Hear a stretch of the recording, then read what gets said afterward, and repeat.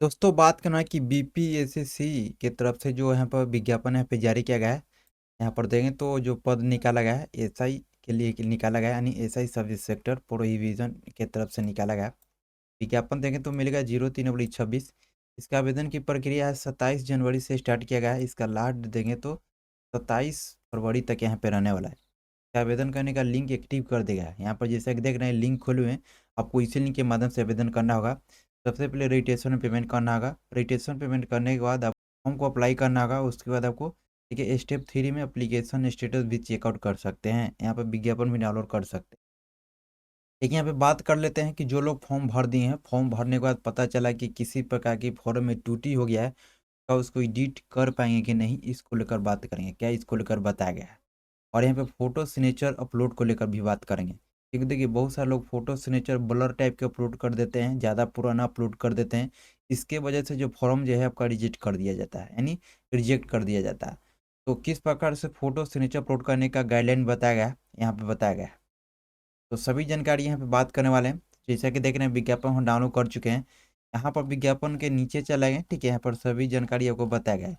यानी आवेदन करने से पहले सभी जानकारी को एक बार अपने अकॉर्डिंग चेकआउट कर लेंगे, ताकि आपको आवेदन करने में किसी प्रकार की त्रुटि और परेशानी ना हो। ठीक है, जैसा कि यहाँ पर देखने को मिल जाएगा। प्रक्रिया के बारे में बताया गया, तो प्रथम भाग में सबसे पहले आपको रजिस्ट्रेशन आपको करना होगा। ठीक है, रजिस्ट्रेशन करने के उपरांत आपको पेमेंट करना होगा। यानी रजिस्ट्रेशन पेमेंट जब कंप्लीट हो जाता है, तब आपका रजिस्ट्रेशन नंबर भी यहाँ पे जनरेट हो जाता है। उसके बाद यहाँ पे लॉगिन करके आवेदन करने के लिए रहता है। जैसे कि पता है कि लिखा है कि तत्काल पंजीकरण नंबर एवं पासवर्ड पासवर्ड इसमें ईमेल के द्वारा भी भेजा जाएगा, जब यहाँ पे कंप्लीट हो जाएगा तब।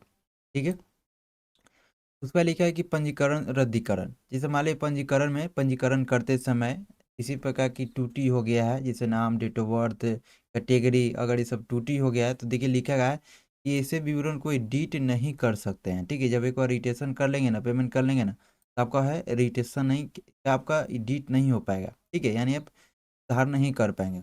उसके बाद लिखा है कि इस स्थिति में आवेदक रद्दीकरण निकेंसी रजिस्ट्रेशन फॉर्म प्रावधान का उपयोग कर अपने पंजीकरण को रद्द कर सकते हैं, यानी कैंसिल कर सकते हैं एप्लीकेशन को।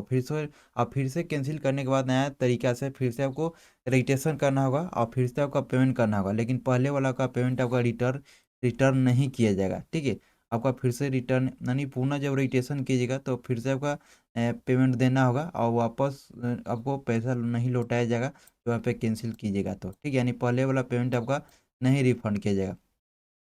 ये बातों के लिए लिखा गया है कि अगर आपका रजिस्ट्रेशन में किसी प्रकार की त्रुटि हो गया है, तो आप जो है ना सुधार नहीं कर पाएंगे। आपको रजिस्ट्रेशन कैंसिल वाला ऑप्शन पर क्लिक करके रजिस्ट्रेशन को कैंसिल कर लेंगे और फिर से नया तरीका से रजिस्ट्रेशन करेंगे और पेमेंट करेंगे। ठीक है, उसके बाद में भी लिखा कि सफलतापूर्वक पंजीकरण करने के पश्चात तो उपलब्ध कराए गए पंजीकरण संख्या नंबर के पंजीकरण संख्या से पासवर्ड से लॉगिन करके आप यहाँ पे ऑनलाइन आवेदन कर सकते हैं द्वितीय भाग में।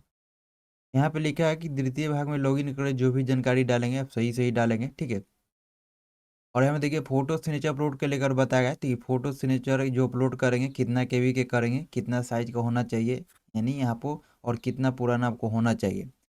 जैसा कि लिखा है कि फोटो जो अपलोड करेंगे रंगीन होना चाहिए एवं 2 माह के अंदर का होना चाहिए, ज़्यादा आपको पुराना नहीं होना चाहिए। जैसे कि बताया गया है जिसका बैकग्राउंड जो है सफ़ेद होना चाहिए। 15 से 25 केबी के बीच में बताया गया, 15 से 25 केबी तक इसमें फ़ोटो अपलोड कर सकते हैं।